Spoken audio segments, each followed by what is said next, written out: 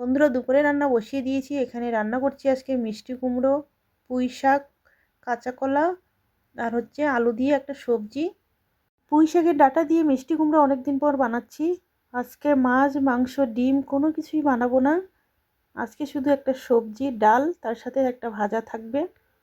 তো বন্ধুরা রোজ রোজ মাছ, মাংস, ডিম আর খেতে ভালো লাগে না, তার জন্য আজকে ভাবছি একদমই সিম্পল খাবার দাবার হবে আজকে দুপুরবেলা।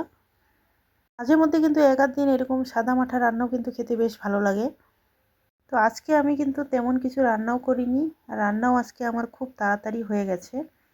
এখানে আমি একটা ভাজা রান্না করেছি, বিনস দিয়ে আলু দিয়ে একটা ভাজা করেছি। এখানে তো ডাল আছেই, ডাল তো আমাদের লাগবেই, সবজি তো তোমাদের বলেই দিয়েছি। আর এখানে একটু সকালের জিরা রাইস রয়েছে, আর এখানে তো ভাত রয়েছেই। এই হলো আজকের আমাদের দুপুরের মেনু। বন্ধুরা বেশি কথা না বলে ভিডিওটা এখানেই শেষ করলাম। টাটা।